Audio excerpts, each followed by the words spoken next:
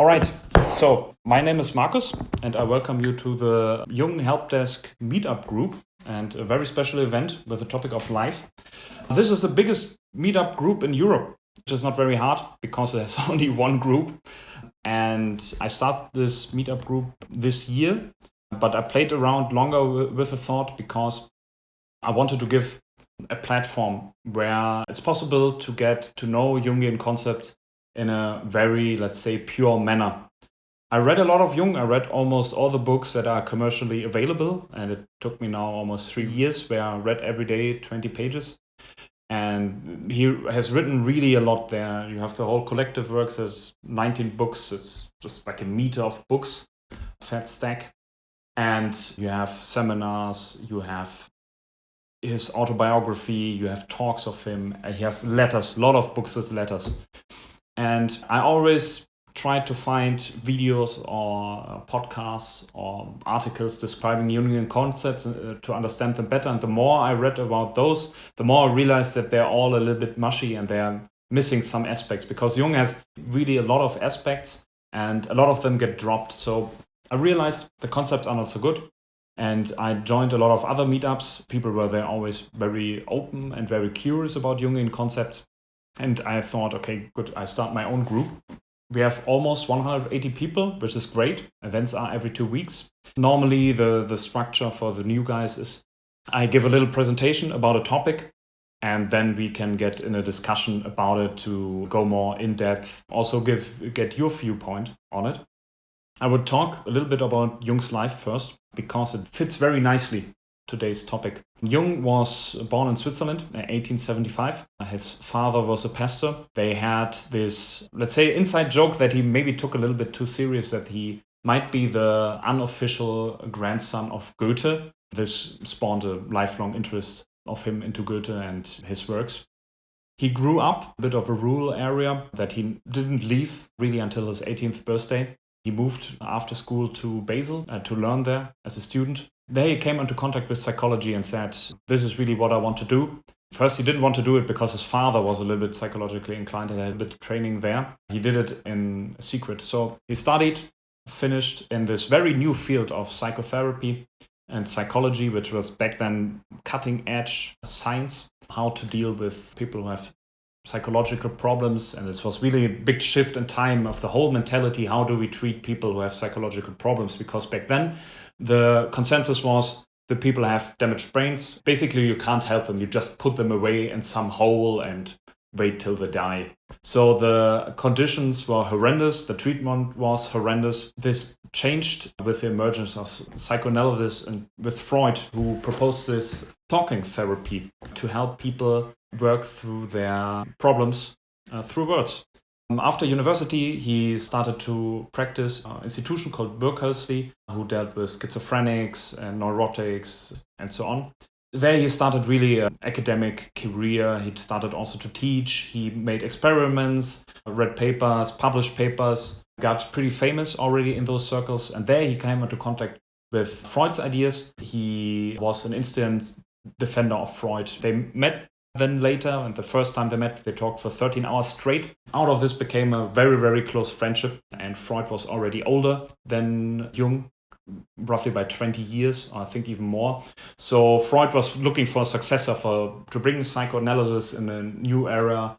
To defend has been established, because there was always a lot of pressure on psychology and psychoanalysis. This friendship lasted 6 years, but they diverged at the end, because Jung was always fascinated with the occult, the spiritual, religion, and so on. And Freud wasn't really a big fan of it. And he thought that Jung might grow out of it.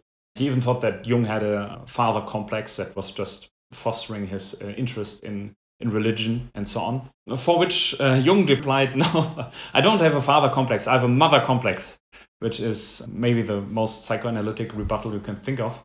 Once they departed, which was about 1913, Jung started to have visions, pretty strong visions that weren't known to the public until much later. And in these visions, he saw Europe drowning in blood and corpses, voice telling him that all this will come to pass. And he thought he was going crazy up until the point when the First World War started. 1914, where he got a little bit relieved because this was like a classic prophetic vision. And he started to record his dreams, use a technique called active imagination, where you try to get into your fantasy world. And he started to write down everything, and he collected it in black books. Out of that, he created the Red Book, which is a distillation of these experiences and to find like a common theme, common threads, and so on. With these visions and with this break of Freud, his academic career died because Freud was incredibly important for psychology and psychoanalysis, and he pretty much sealed the academic fate of Jung.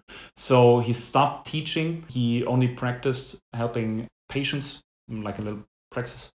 And this is where a new stage of Jung's life started. And it was, I think, roughly with 38. And just remember this number, it will come up again. In this investigation into his inner world, he laid the foundations for everything that Jung is mostly known for, the collective unconscious, anima, animus, shadow. These cultural aspects became very important for him. So in the past, it was extremely academic, extremely scientific, psychoanalysis, publishing papers, giving talks. And here, this spiritual part of his life takes over. And he does this for 13 years. He tries to explore scientifically the experiences he had and builds all those very interesting concepts about how the psyche is structured. He draws from different sources of mythology to find common themes and threads, to get insight into human nature, basically the part in us that we have common with everybody else and every other person in the world.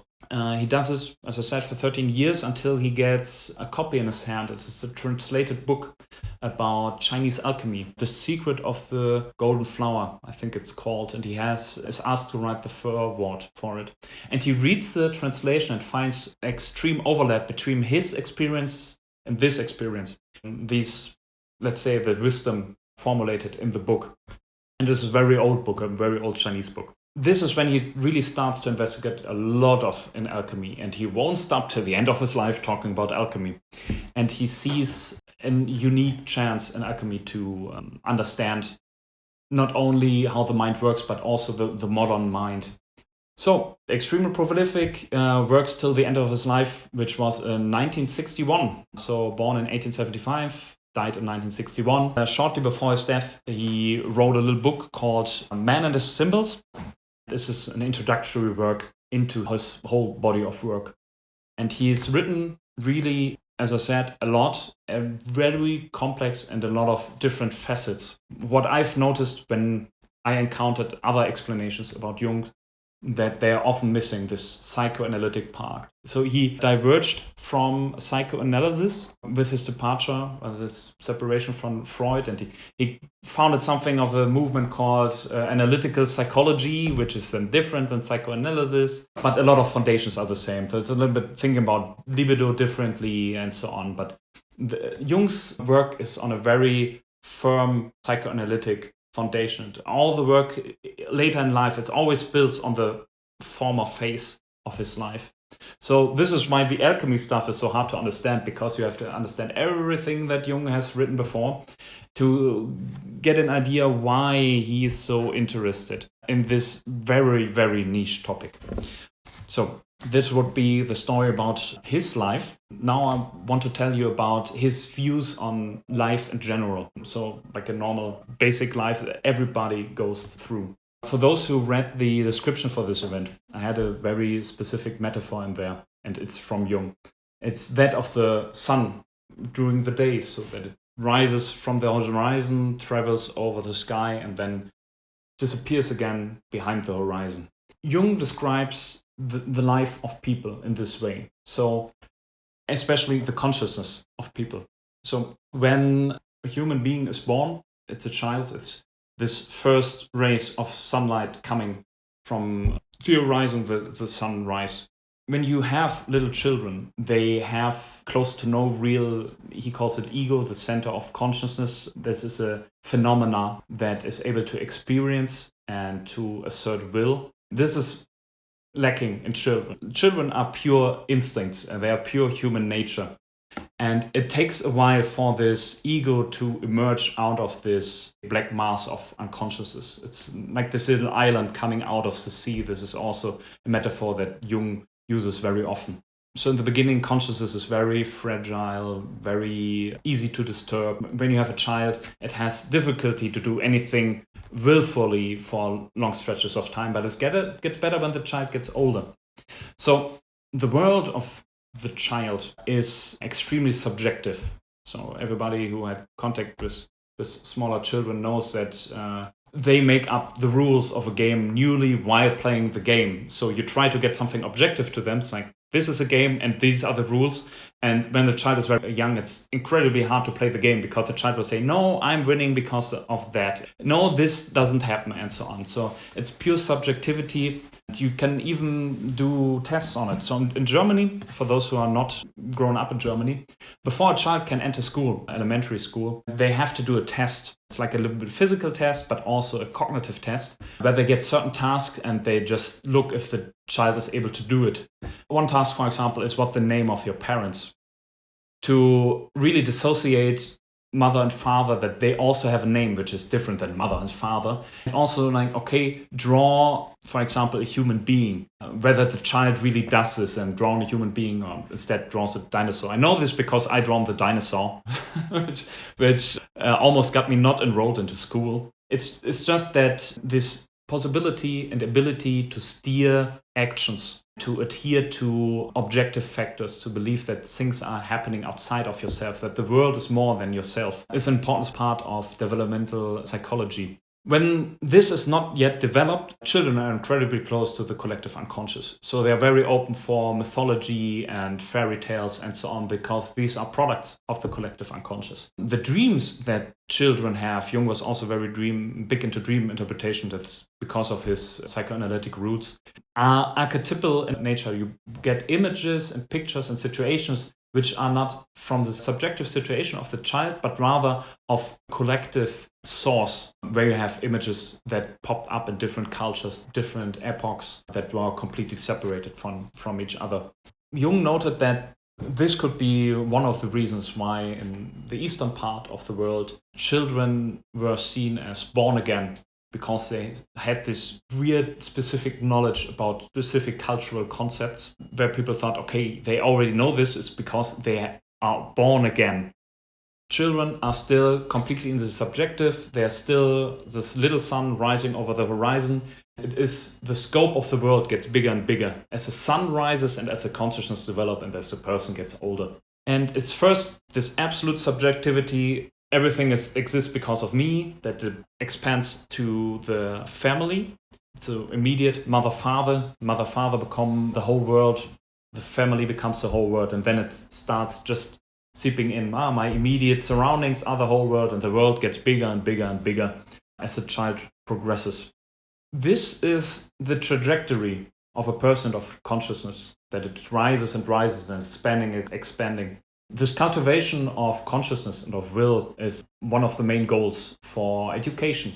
Like when you educate a small child in school or at home, you try to get them to be able to do complex things for a longer amount of time, to do and act in willful actions and so on, to follow rules. This pushes the child more and more away from the family to the society at large, to establish itself there, to not only get an education, but get a job, get a career, find a partner, start a family, have a house, have hobbies, get recognition, to do things that are socially positively regarded and to establish themselves in the world. When something fails, there's always a new chance, there's always new time, there's always a hopeful outlook into the future, because it's establishing, it's ever expanding, it's everyday new possibilities. And Jung says this is right up to the point where the sun is at the highest point. And then this shift takes place. So, as I said, when you have a very small child, it's extremely formed by the collective unconscious. Basically, it's just living the collective unconscious and is living out instincts. What the education does and the first half of life does is establishing consciousness, to be able to do many things, understand many things, know many things, have experienced many things, to act willfully. And at this midpoint, where the sun starts slowly its descent again, this is when the collective gets back again. It's the unconscious that's pushing up this, okay, life is more than your individual achievements in society. This midpoint of life that Jung describes is around 35 to 40. I think the age he mentions the most is 38. So if you remember Jung's life, this was also at his point, 38, where he had suddenly these visions and his academic life came to an end. He was firmly established at the world. One thing I haven't told you, he married the second richest woman in Switzerland at this point, which was a very good idea. So when you have the chance, marry the second richest person of any country. He had many children with her. They were living in Küstnacht, very nice villa, right next to a lake. He had his own sailboat, and every time he had to think, he would get into his sailboat. But at this midpoint of life, he describes that people notice that they're dissatisfied suddenly. They have achieved everything they wanted. They have established themselves. They had a career. For some reason, they're not happy anymore. Today we would call it midlife crisis. But back then, this term did not exist yet.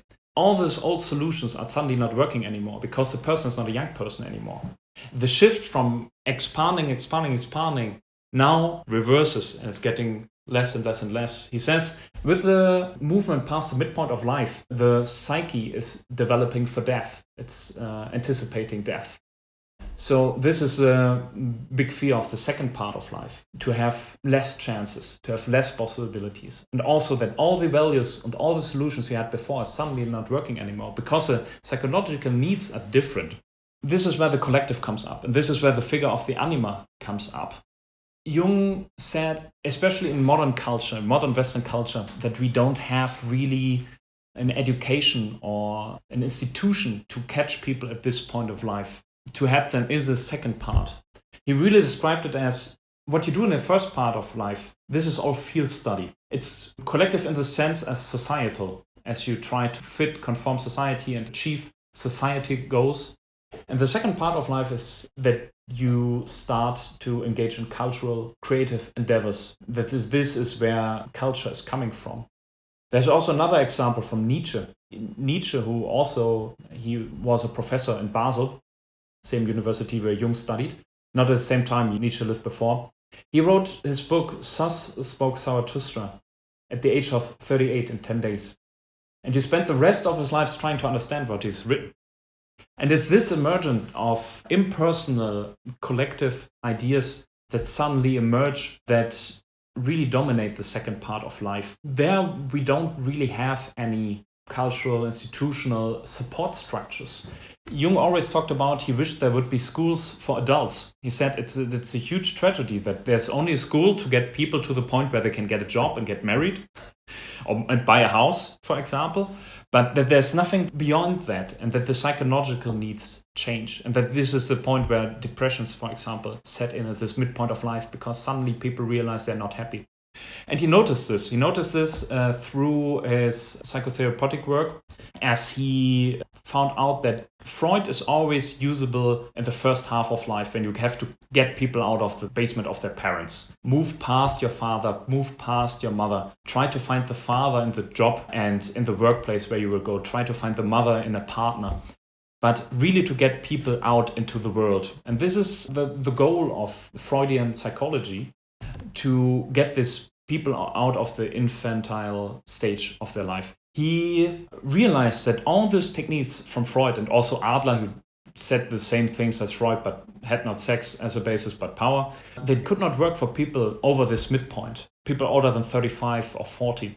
The problem was you can't really lure them outside because they are outside. They have established themselves. They have achieved what they wanted to achieve. But they're still unhappy. And this is a point where he would take them and let them, for example, draw, to realize that something is inside them that is not personal, which is not consciousness, but something impersonal, unconscious, that's acting on its own and autonomously.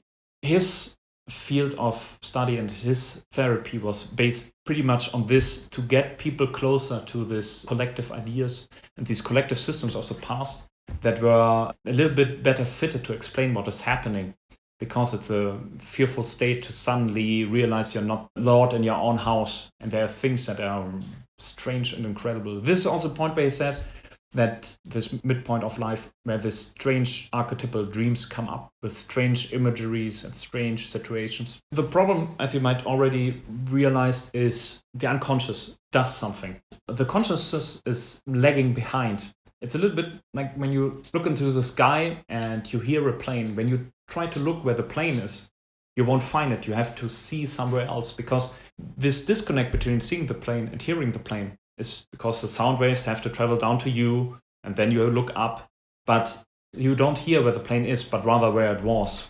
And it's a little bit like the relationship with unconscious and consciousness. The consciousness is always lagging behind. It's always the sound. And the unconscious is a plane. It's the main driver. It's this being behind the unconscious and keeping up with it in its movement. This is a difficult part, because it's suddenly at the midpoint, it starts to shift and has a different focus. The unconscious pushes the person to do things. This pushing out of the parent's basement, the unconscious also does. But when the consciousness is not willing to do it, there's a friction and there's conflict in the psyche of the person, which means complexes will be formed, neurosis will be formed, hysteria could emerge. It's this maladaptiveness to life that's causing people to seek out therapy in a psychoanalytic context. The same happens, of course, in the second part of life, but you have all the impersonal stuff. So, in the second part of life, it is this compensating function of the unconscious that's always catching up to the consciousness. The consciousness is always limited. It's expanding over time, but it would like to remain the same. And it's always the unconscious pushing against it and trying to get it into new directions. It's a huge compensation. And the compensation gets bigger and bigger the more you move away, because the conscious is very adapted to look at one way of viewing the world and experiencing the world. There are all these other ways to experience the world. You have your consciousness, and when you concentrate on something, you blur out all the other things. And there's a very great video you can watch on YouTube. Okay, for those who don't know it, I will spoil it. But you see a group of basketball players, and they have a basketball and they pass the ball between each other. It's an experiment. Normally the experimenter would say to the participant of the experiment, okay, try to count how many times the ball is passed. It goes for 5-10 minutes. The person sits there and counts the balls, and then the experimenter comes back in and says, okay, how many times? And the person says something, it's not important. Because the experimenter will then say, okay, did you see the gorilla? And the person will say, what gorilla? Like 80% of the people, they don't see it. And they will rewind the tape and show that in the middle of the video, a guy in a huge gorilla costume goes right in the middle of the field of view of the video, bangs his chest and moves to the other side. And people don't see it. That's consciousness. You're completely focused on one part of reality, and you can keep it up. You can become so proficient that you forget of all the other parts.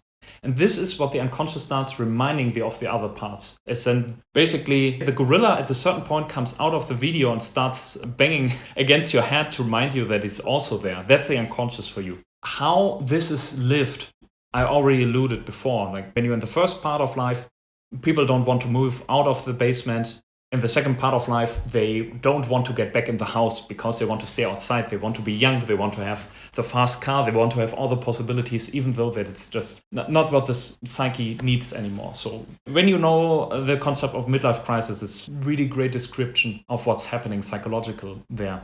It is this holding on to the past, not able to move forward, that is causing trouble in the psyche. I'm in the basement, I don't want to get out. So you can constantly harassed by the unconscious. I'm out, I'm established, but I want to keep expanding. At a certain point, the psychiatrist will say, no, turn inwards, live in your internal reality. A little bit like Jung experienced that he started actively to engage with his unconscious and to record this and to create culture, to create art. The Red Book that was done by him is incredible piece of art. He also draws, so it was really huge, thick book, handwritten, hand-drawn. It took him many years to create it, and it was hidden away. It wasn't known till 2011, I think, when it was published after 50 years after his death. Because he was concerned that people think he's crazy, but because it sounds a little bit crazy. So life is this always changing, up and down movement. There's always conflict. There's always, you try to find a partner, you try to get a career, you try to buy a house or an apartment in Berlin, which is a crazy idea. Why would you do that? It's always, let's say, pain and suffering. But this means you're alive and they're doing the right thing. So there's no way to get out of it. The Buddha said it right. Life is suffering, but at least you can choose your suffering, and this is the sign that you're alive and that you're changing and evolving. At the end of life, there's death, and Jung says the second part of life is the preparation of death, the event that everything then normally should work towards, which is a little bit of a weird concept. This would be practically my little introduction into what Jung understands of life and his concept regarding life. You already find a lot of other concepts closely associated with this. The unconscious, of course, the collective unconscious, consciousness, ego, anima, dreams. This whole path that I try to explain is also very closely associated with individuation, the way of becoming an individual. The seed of the tree becomes the tree. You already have the tree and the seed in the beginning, but it takes time to make it flourish. So the life of a person ideally is this flourishing of the psychological factors and to live a life that is specific to one's own psychological needs. This would be my presentation for this topic, and I hope this was understandable and a little bit entertaining. And talking about these things, do you have any feelings or thoughts about it, the way that Jung talked about life?